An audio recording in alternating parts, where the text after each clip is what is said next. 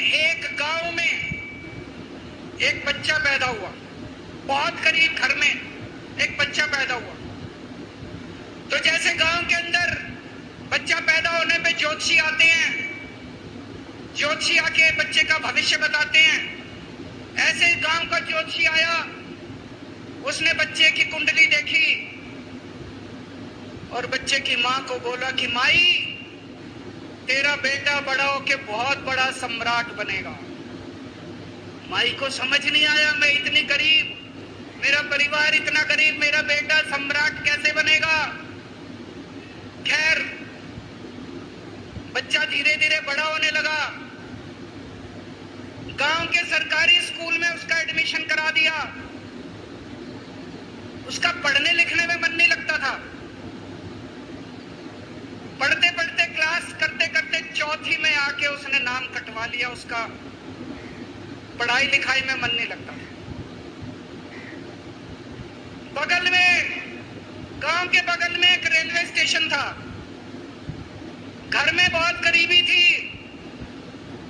वो बच्चा वहां स्टेशन पे जाके चाय बेचने लगा।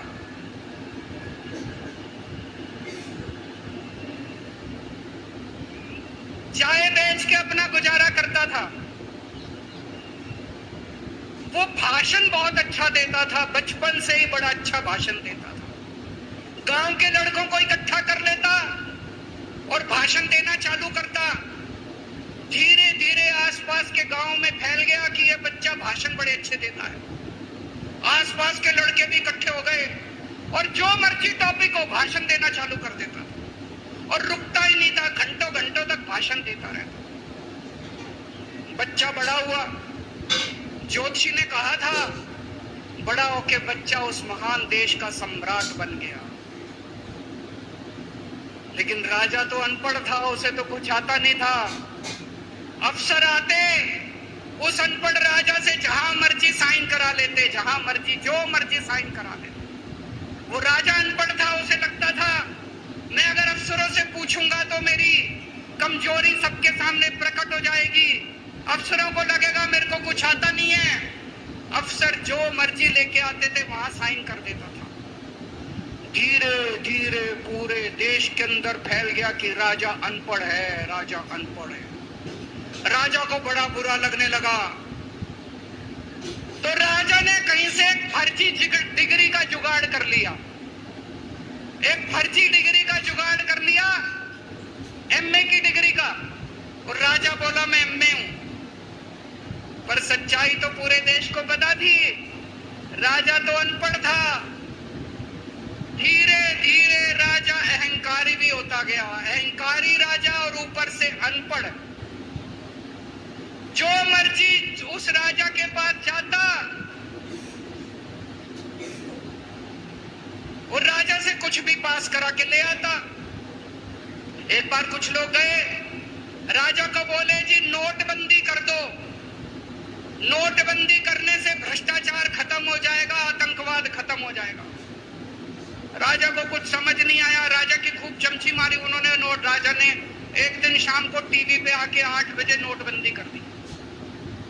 पूरे देश का बेड़ा गर्क हो गया दोस्तों। लंबी लंबी बैंकों के सामने लाइनें लग गई। कई लोग मर गए, दुकानें बंद हो गई, रोजगार बंद हो गए, बड़ी बड़ी इंडस्ट्री बंद हो गई। पूरे देश का बेड़ा गर्क हो गया। फिर एक दिन कोई आके बोला जी 2000 का नोट ले आओ। राजा 2000 का नोट ले आया। 4 साल बाद कुछ लोग आके बोले जी 2000 का नोट बंद कर दो। राजा ने 2000 का नोट बंद कर दिया। राजा को अकल तो थी नहीं, बेवकूफ था, अनपढ़ था। कभी 2000 का नोट चालू करता था, कभी 2000 का नोट बंद करता था। एक बार कुछ लोग आके बोले जी ये किसानों के कानून बना दो, इस कानून से किसानों का भला होगा। राजा ने कानून बना दिए। पूरे देश के किसान सड़कों पे उतर आए। 750 किसान मर गए आंदोलन में। और 1 साल के बाद राजा को वो तीनों कानून वापस लेने पड़े। एक बार उस देश के अंदर बहुत बड़ी महामारी फैल गई।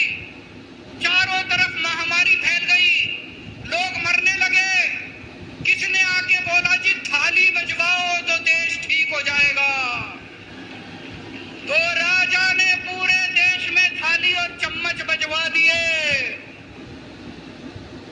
महामारी तो नहीं बची, महामारी तो फैली रही। किसी ने आके कहा जी डॉक्टरों की जरूरत पड़ेगी, दवाइयों की जरूरत पड़ेगी, इंजेक्शन की जरूरत पड़ेगी, तब महामारी होगी। राजा अपने दोस्तों का बड़ा ख्याल रखता था। उसके दोस्त थे।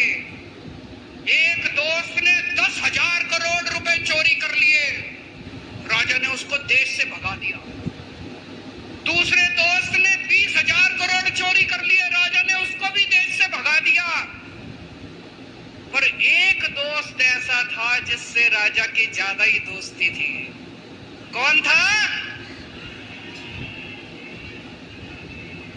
उसको उन्होंने सारे एयरपोर्ट बेच दिए, सारे जहाज बेच दिए, सारे सी पोर्ट बेच दिए, उन्होंने आसमान बेच दिया, जमीन बेच दी राजा ने, खदानें बेच दी। उस दोस्त पे राजा मेहरबान था। राजा का एक और दोस्त था। वो दोस्त इतना गंदा था कि उसने कुछ अंतरराष्ट्रीय खिलाड़ी महिलाओं के साथ बदतमीजी करी, लेकिन राजा ने दोस्ती नहीं छोड़ी। मजाल जो उस दोस्त के ऊपर कोई आंच आ जाए, राजा उस दोस्त के साथ खड़ा रहा, लेकिन उसने खिलाड़ियों का। राजा का एक और दोस्त था। उस दोस्त ने किसानों के ऊपर गाड़ी चढ़ा दी, रौंद दिया, कुचल दिया किसानों को। राजा ने अपनी दोस्ती नहीं छोड़ी। इस बात पे तो दाद देनी पड़ेगी कि राजा दोस्तबाज था, एक नंबर का दोस्तबाज था। चारों तरफ अत्याचार हो गया, चारों तरफ देश के अंदर इनके अपने लोग जो थे वो बलात्कार करने लगे, गलत काम करने लगे, हाहाकार मच गया। जो राजा के खिलाफ बोलता, राजा उसको पकड़ के जेल में डाल देता। एक दिन एक पत्रकार ने कार्टून बना दिया राजा के खिलाफ, उस पत्रकार को उठा के जेल में डाल दिया।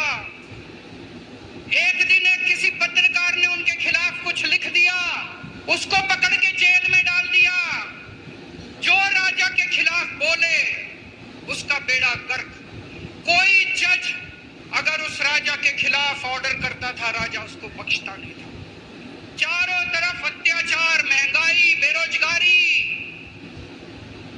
ऊपर आसमान में देवता ये सब देख रहे थे कि पृथ्वी के ऊपर कितना घनघोर अत्याचार हो रहा है। सारे देवता इकट्ठे हुए, देवताओं ने मीटिंग करी, सारे देवता मिलकर शिवजी महाराज जी के पास गए और कहा, महाराज कुछ करो, पृथ्वी के ऊपर अन्याय हो गया, अत्याचार हो गया, चारों तरफ बलात्कार, चारों तरफ हाहाकार मचा हुआ है, जनता परेशान हो रही है। पृथ्वी जी, शिवजी महाराज जी ने अपनी तीसरी आंख खोली और दोस्तों यहाँ प्रचंड पृथ्वी के ऊपर अजीब अजीब घटनाएं घटने लगी। उज्जैन के अंदर महाकाल की 6 सप्तऋषियों की बड़ी बड़ी 10 फुटा भारी भारी मूर्तियां थी। एक दिन बारिश और तूफान आया और 6 की 6 मूर्तियां टूट गई। लोगों ने कहा बड़ा अपशकुन हो रहा है, बड़ा अपशकुन हो रहा है। एक दिन एक ट्रेन एक्सीडेंट हो गया, 250 से ज्यादा लोगों की मौत हो गई। लोगों ने कहा बड़ा अपशकुन हो रहा है। और एक दिन घनघोर बारिश आई, तूफान आया, ऊपर से आकाशवाणी हुई, सारे देश की जनता को भगवान ने कहा कि आप महान देश के लोग हो, क्या कर रहे हो, उठो, खड़े हो जाओ और इस अहंकारी राजा के खिलाफ सब लोग मिलकर आवाज उठाओ। भगवान आपके साथ है। और उसके बाद दोस्तों सोई हुई जनता जाग गई और 1 साल के अंदर उस अहंकारी राजा का राजपाट जनता ने उखाड़ के फेंक दिया। और उसके बाद वो महान देश दिन दूनी रात चौगुनी प्रगति करने लगा।